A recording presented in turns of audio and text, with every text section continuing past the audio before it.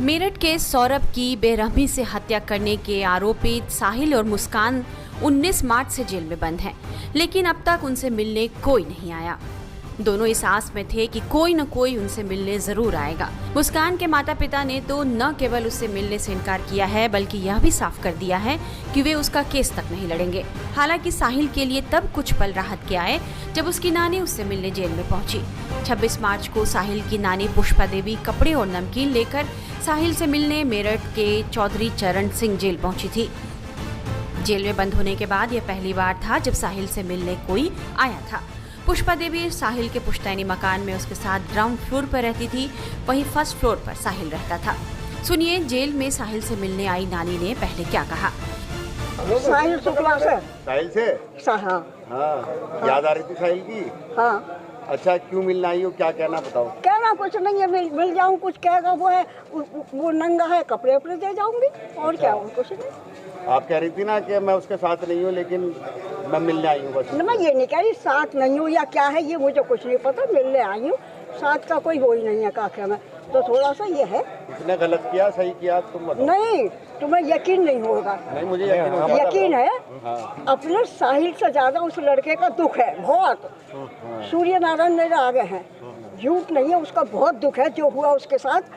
अति हुई बस। चलो अब क्या क्या होगी उससे साहिल से? अब जाऊँ देखूँ क्या कहता है कि वो है। अब जो कुछ लाई हूँ कपड़े उपड़े दे दूँ। अच्छा, कपड़े और क्या लाई हूँ उसके लिए? और एक नमकीन का वो लाई हूँ। अच्छा। और वो लाई क्या कहाँ सामान तुम्हारा? सामान कहाँ है? मुझे अंदर पड़ा। अच्छा। हाँ, मतलब साहिल की याद आ रही थी आपको? अरे मिलना तो था ही कितने दिन। और सुनो ये हटा लो। ऐसा है कि पहले कि हम गांव में हमारा ककोर बिलेंसर के पास में ही नंसार है। अच्छा। पहले खेती के ऊपर किसी के ऊपर झगड़ा हो जाता ना। ये नहीं होते थे, 10-5 जने जाते थे उसमें थाने में या किसी में, वहीं बात सवाल हो जाते थे। अब तो ये है ठीक है उसने करा है, थाने में बात होनी चाहिए। ये देख कर तो ऐसा लगा क्या है, क्या अति, हर चीज की अति हो रखी, हर चीज की। अच्छा, तो बताओ दामाद क्यों नहीं आया? है दामाद तो वैसे भी नहीं आते थे, महीने 2 महीने में एक दिन को आते थे, नोएडा रहते हैं। उन्होंने पूछा नहीं दामाद ने? कैसे पूछा है, उससे भी मीडिया वालों ने बात कर ली। उनने कही मुझसे एक बार पूछना, 1000 बार वो आ गया। अच्छा, वो आएगा नहीं? आएंगे। है देखो बात हुई थी आपकी? है बात हुई थी आपकी? मेरे से नहीं होती। तो केस वेस लड़ेंगे इसका साहिल का? कुछ पता नहीं, अभी देखो किसी के दिल की मैं वैसी कह दूं। ठीक। हाँ नानी, जो साहिल ने किया वो सही किया? अरे मैं कह रही हूँ, मुझे अब तुम्हें यकीन नहीं आ रहा। इतनी बात मैं कह रही हूँ कि उससे ज्यादा लड़के का दुख है, कुछ नहीं करा। ये 2 नशे हो गए, नहीं 2 नशे हो गए। एक तो नशा खूब कर रखा था, एक आदमी को औरत का आदमी को नशा, ये सबसे बड़ा हो गया। हालांकि साहिल से मिलकर आधे घंटे बाद जब नानी बाहर आई तो उनके सुर बदल गए। उन्होंने सारा दोष मुस्कान पर मढ़ दिया और कहने लगी कि सब कुछ किया धरा मुस्कान का है। साहिल से मिलकर आने के बाद नानी ने क्या कहा, ये सुनिए। वो नहीं आया और गलत कि ये है वो है, मैंने इतना गुप नहीं करा, यही वो कह रहा है। और उसने कुछ नहीं कही, वैसा तुम काका में कोई बात ना, अपने लोग। साहिल ने कुछ बताया? मुझे नहीं बताया। खाना वाना मिल रहा है, कोई दिक्कत तो नहीं हो रही? मुस्कान से भी मुलाकात हुई आपकी? वो तो अगर नहीं भी होगा ना, वो मुझसे तो यही कहेगा कोई मुझे परेशानी नहीं है। अच्छा। मैं नानी हूँ, मुझे पता है काका में, तो ये अगर कोई परेशानी होगी तो मुझसे नहीं, मुझे नहीं कहेगा, मैं ठीक हूँ। कोई एक आध बात तो बताई होगी उन्होंने? नानी, मुस्कान से मिलना चाहा आपने? क्यों? मैंने तो शुरू में ही ना देखी, वो कभी नहीं देखी। पहले से पसंद नहीं रही? नहीं, मैं कभी नहीं देखी ना, मुझे पहचान नहीं सकती कि ये मुस्कान है या ये है। अच्छा, मिली आज आपसे मुस्कान, मिली, मुलाकात हुई ना? अच्छा नानी, वैसे सबसे अलग बात, ये जो केस हुआ है आप इसे कितना गंभीर मानते हैं, कितना गलत केस है? ये है, इससे गलत कुछ हो नहीं सकता, ये कह रही हूँ मैं। पर कैसे क्या करा, इसमें मैं कंफ्यूज हूँ। कैसे क्या हुआ, क्यों उसके आदमी से क्या परेशानी हुआ, और जो भी कुछ ये रचना रची है सब लड़की नहीं, मुस्कान नहीं करा है सब कुछ, जो भी कुछ करा। नानी, एक इसमें जो बात हो रही थी कि जो साहिल के जो नाना हैं वो कोई तंत्र क्रिया करते थे, आप तो उनके साथ जुड़े रहे हैं। साहिल के नाना है नहीं, साहिल का कोई मामा नहीं है, 2 मामा के मर गए, साहिल का कोई नहीं है। ये तो उस लड़की का है कोई, वो करते थे। अच्छा तंत्र मंत्र मैं कह रही हूँ, तुम एक से एक तंत्र मंत्र को बुला लो, अगर कोई मुझे कुछ कर जाए तो तुम कहना देखो तुम्हारे साथ क्या हुआ। किसी के नहीं है, वही है, वही राम रसीदा का, और किसी के तकदीर की कोई पढ़ नहीं सकता, कोई मिटा नहीं सकता। जो लिखा है क्या सजा मिलनी चाहिए अब?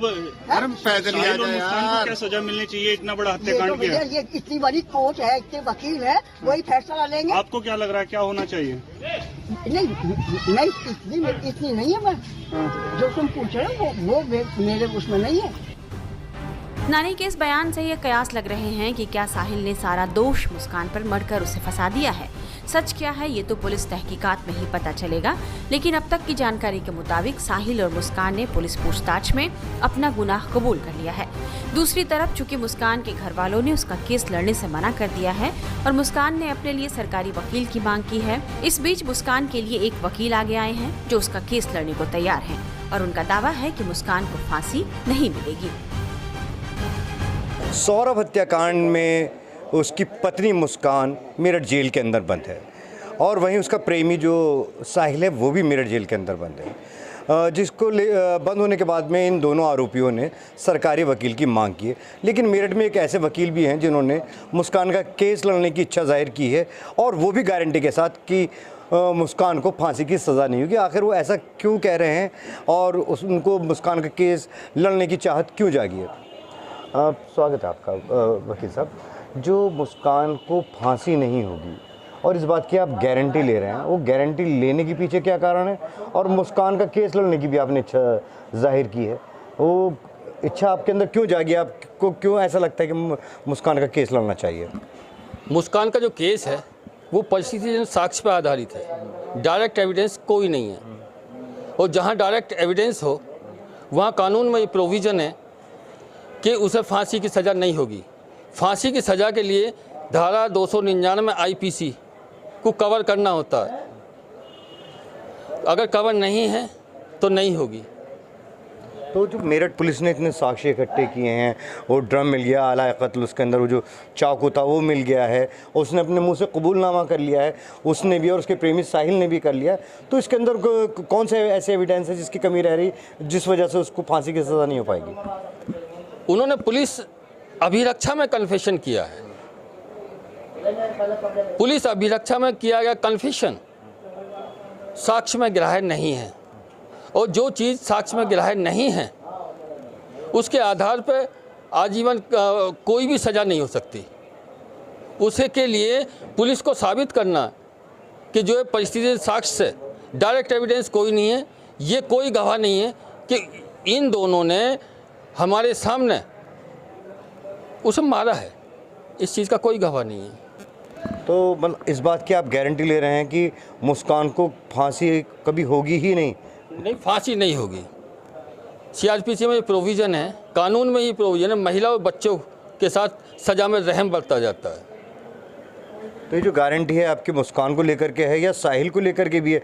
केवल मुस्कान के बारे में, क्योंकि महिला हैं, महिलाओं को कानून में रियायत दी जाती है। तो अच्छा ये बताइए, मुस्कान का जो केस आप फ्री लड़ना चाह रहे हैं, ऐसा क्यों चाह रहे हैं? आप फ्री क्यों लड़ना चाह रहे हैं जबकि पूरे देश के अंदर सौरभ के परिवार वाले उसकी फांसी की मांग कर रहे हैं? पूरे देश का जिसने भी इस केस को सुना, हर कोई वो मुस्कान और उसके प्रेमी साहिल की फांसी की सज़ा की मांग कर रहे हैं और आप उनका केस लड़ने की बात कर रहे हैं, वो भी फ्री में। ऐसा क्यों? ऐसा इसलिए, अगर कोई किसी का केस नहीं लड़ेगा तो उसे इंसाफ कैसे मिलेगा? इंसाफ के लिए उन परिस्थितियों को कोर्ट में चैलेंज किया जाएगा जिससे सजा होती है। अगर नहीं लड़ा जाएगा तो कॉन्स्टिट्यूशन जो हमारा है, भारतीय संविधान, जो फंडामेंटल राइट्स हैं, उनका हनन हो जाएगा।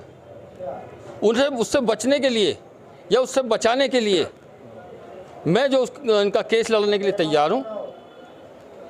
अच्छा, मुस्कान और साहिल ने तो सरकारी वकील की मांग कर ली है, तो जो सरकारी वकील हैं कि वो भी उनको फांसी की सज़ा से बचा पाएंगे या नहीं? बिल्कुल बचा पाएंगे, लेकिन अगर वो ये कहेंगी और मेरे वकालतनामे पर दस्तखत करेंगे तभी मैं केस लड़ सकता हूँ, उससे पहले मैं केस नहीं लड़ सकता। तो जो सरकारी वकील की जो उन्होंने मांग करी उससे बेहतर आप केस लड़ेंगे? सरकारी वकील हैं,